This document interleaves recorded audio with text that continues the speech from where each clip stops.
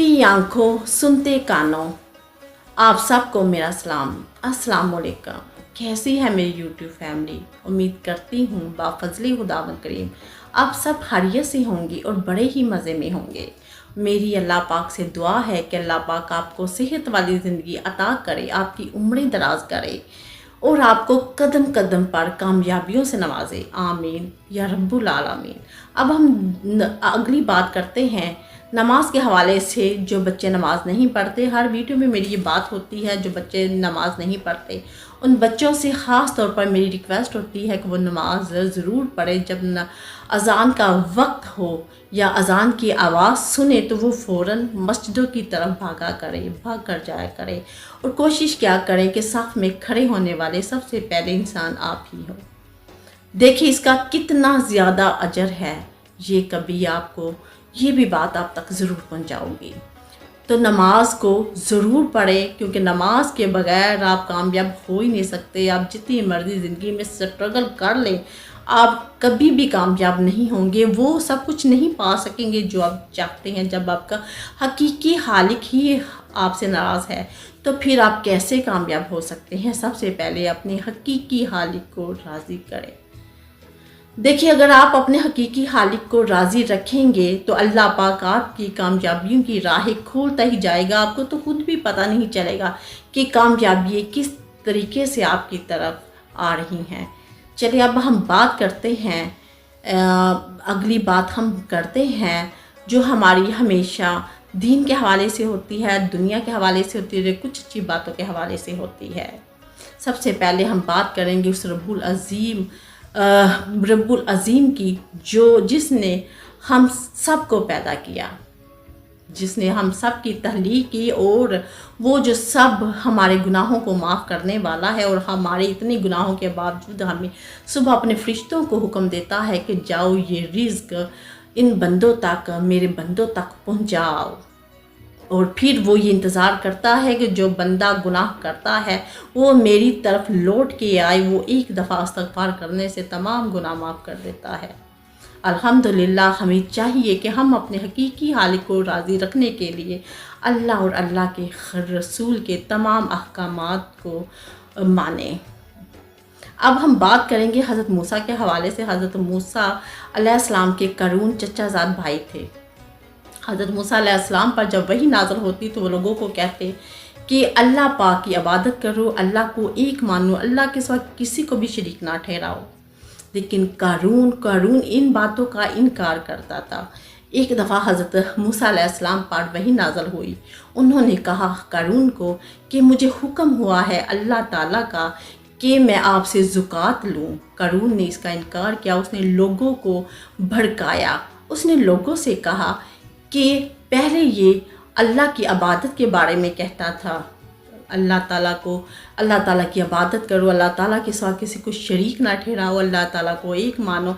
अब ये बंदा हमसे हमारे ही मालों से हिस्सा मांग रहा है, यानी ज़कात मांग रहा है, तो तुम लोगों को क्या ये बात बर्दाश्त है? लोगों ने कहा ये हमें भी ये बात बर्दाश्त नहीं। तो फिर उन्होंने फ़ैसला किया उन लोगों के साथ मिलके कि क्यों ना हम हज़रत मूसा अलैहिस्सलाम पर कोई तहमत लगाए जिसकी वजह से वो बाज आ जाए। फिर उन्होंने एक औरत को उकसाया कि वो हज़रत मूसा अलैहिस्सलाम पर तहमत लगाए कि वो गलत है, उससे बुराई चाहता है। तो उस सूरत में उन्होंने लोगों ने मिलके कहा कि हम तुम्हें बहुत ज़्यादा माल देंगे। लिहाजा वो औरत इस बात पर आमादा हो गई। फिर कारून ने हज़रत मूसा अलैहिस्सलाम से बोला कि जो अल्लाह पाक ने तुम्हें अहकाम दिए हैं, तुम क्यों ना बनी इसराइल कौम को सबको जमा करो एक जगह, तो फिर उन्हें ये बात बताओ।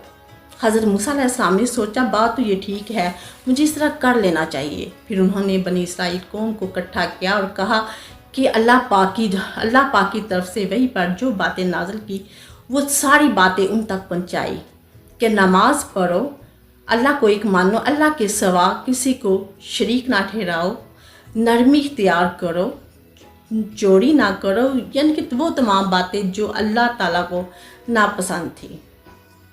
उन्होंने उन तमाम बातों के बारे में आगाह किया और साथ ये भी बताया कि जो लोग जो लोग शादी शुदा होने के बावजूद या शादी शुदा हो के गलत करते हैं, उनको ये हुक्म दिया कि उनको संसार कर दिया जाए। इस बार लोगों ने कहा, अगर आप ये करें तो आपके साथ क्या सलूक किया जाए? तो उन्होंने कहा कि मेरे साथ भी यही सलूक, मुझे भी संसार किया जाए। तो इस बार औरत उठी, उसने हज़रत मूसा अलैहिस्सलाम पर इल्ज़ाम लगाया। हज़रत मूसा अलैहिस्सलाम ने उस औरत को कहा कि क्या तुम कसम उठाती हो रब्बुल अज़ीम की कि मैंने ऐसा तुम्हें कहा है?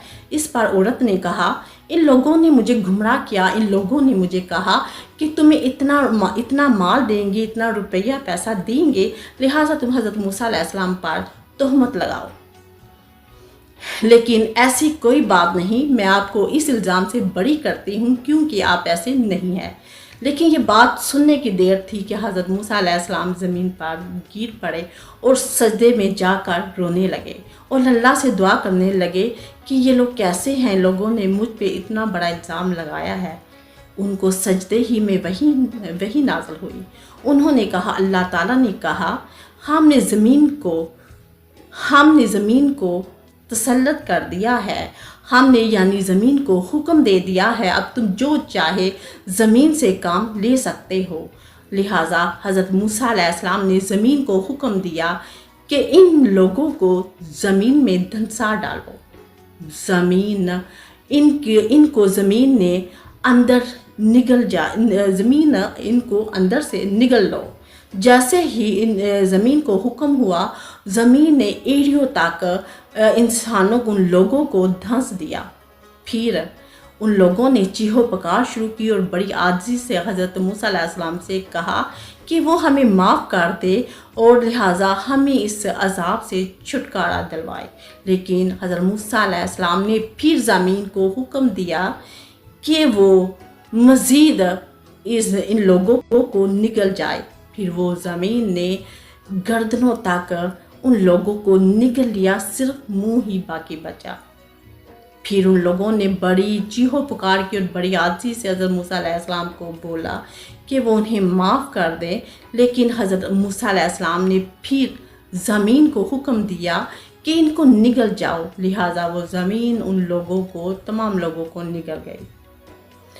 तो इस पर अल्लाह ताला ने वही ना उतारी। फिर अल्लाह ताला ने कहा हज़रत मूसा अलैहिस्सलाम को, मेरी इज़्ज़त की कसम, अगर जिस तरह ये लोग तुम्हें पुकारते थे, तुम्हें कहते थे कि हमें माफ़ कर दे, बड़ी आजिज़ी में कहते थे, अगर मेरी इज़्ज़त की कसम, अगर ये मुझे कहते तो मैं इन्हें माफ़ कर देता। क्या बात है हमारे रब की, कितनी अजीमुल शान का मालिक है हमारा रब कि वो रब हमारे इतने गुनाह करने पर भी वो हमारे सिर्फ़ एक दफ़ा तौबा करने पर हमारे तौबा के दरवाज़े खोल देता है, हमारे गुनाहों को माफ़ फरमा देता है। तो हम ही हैं जो हम उसकी इबादत नहीं करते, उस हकीकी हालत की बात नहीं मानते। तो हमें चाहिए हम तमाम गुनाहों से बचें जो हमारे रब को नापसंद है, क्योंकि हमने बेशक उसी की तरफ लौट के जाना है। हमारे अमाल ऐसे होने चाहिए, हमें अल्लाह ताला की तरफ ऐसे ही लौट के जाना चाहिए जैसे एक दिन का बच्चा हो। जब बच्चे की पैदाइश होती है तो वो तमाम गुनाहों से बरी होता है। अगर अल्लाह पाक हमारी ऐसी मंजूरी कर दे तो अल्हम्दुलिल्लाह, क्या बात है। अल्लाह पाक से दुआ होनी चाहिए कि हमें ऐसी हदायत दे जिसके बाद गुमराही ना हो। जब हम अल्लाह की तरफ से लौट के जाए तो हमारा सफ़र मैयत से जन्नत तक का हो। कब्र से उतारने से पहले या उतरने से पहले अल्लाह पाक हमारी रूहों को जन्नत के खूबसूरत मकामात से नवाजे। सिला रहमी का हुक्म दिया है और बहुत से अहकाम गिनवाए, जिनमें ये भी फरमाया कि बीवी वाला बुराई करे तो उसे संसार कर दिया जाए। लोगों ने कहा कि अगर आप बुराई करें, तो हज़रत मूसा ने कहा कि अगर मैं बुराई करूं तो मुझे भी संसार कर दिया जाए। तो इस पर लोगों ने कहा कि आपने बुराई की है। तो हज़रत मूसा अलैहिस्सलाम के सामने एक औरत को खड़ा किया और उससे बोला क्या कहती हो हज़रत मूसा अलैहिस्सलाम के बारे में।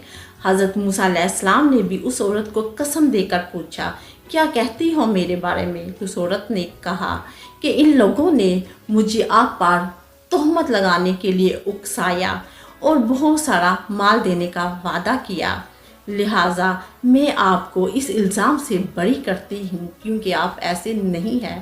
اس پر حضرت موسیٰ علیہ السلام زمین پر سجدے میں چلے گئے اور سجدے میں جانے کے بعد انہوں نے اللہ تعالیٰ سے دعا کی تو اللہ تعالیٰ نے وحی اتاری کہ ہم نے زمین پر تسلط دے دیا ہے اور اب آپ کو حکم دیتے ہیں کہ آپ جو چاہے زمین کو حکم دے ان لوگوں پر۔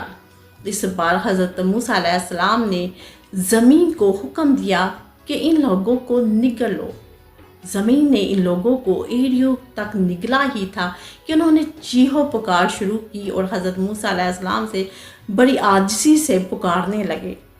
اس بار حضرت موسیٰ علیہ السلام نے پھر زمین کو حکم دیا کہ ان کو اپنے اندر دھنس لو اور انہوں نے اس قوم کو لوگوں کو گردنوں تک دھنسا ہی تھا کہ انہوں نے پھر چیخو پکار کی اور رحم کی التجا کی۔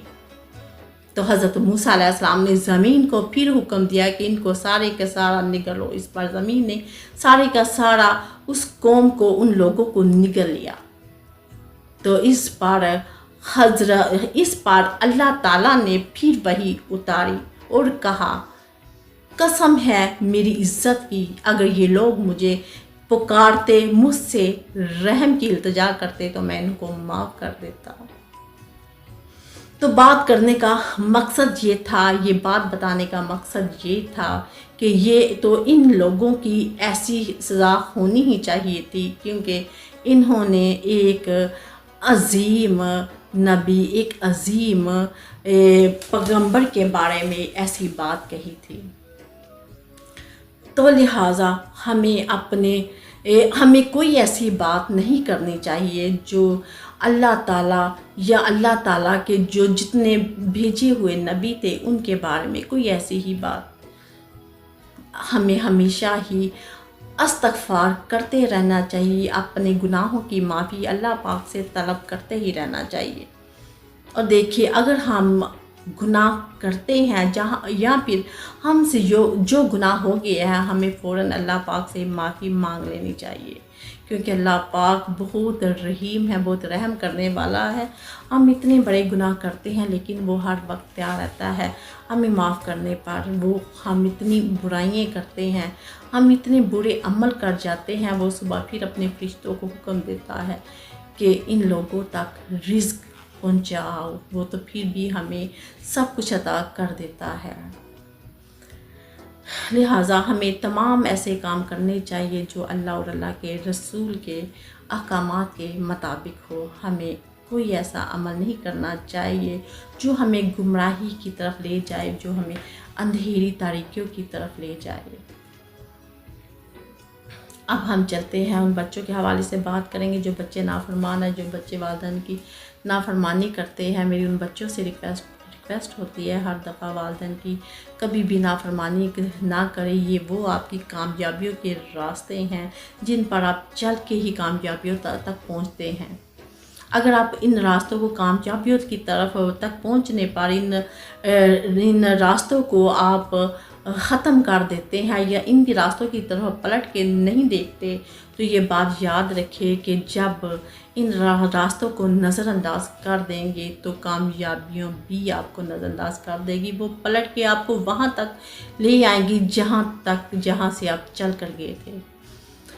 تو لہٰذا ان راستوں کو یاد رکھے، یہ راستے آپ کے والدین ہی ہیں جن راستوں پہ چل کے آپ کامیابیوں تک پہنچتے ہیں۔ تو اپنے والدین کی زیادہ سے زیادہ ان کی عزت کریں، ان کی خدمت کریں، ان کا احترام کریں، ان کے آرام کا خیال رکھیں، ان کی ہر بات مانیں کیونکہ وہ آپ کے پاس مہمان ہے، اور مہمان کی کیا عزت ہے شاید آپ نے کتابوں میں تو پڑھا ہی ہوگا۔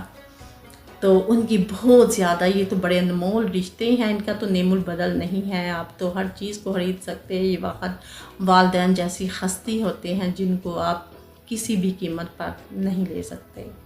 اب اس کے ساتھ ہی مجھے اجازت دیجیے انشاءاللہ زندگی رہی تو کل پھر بات ہوگی،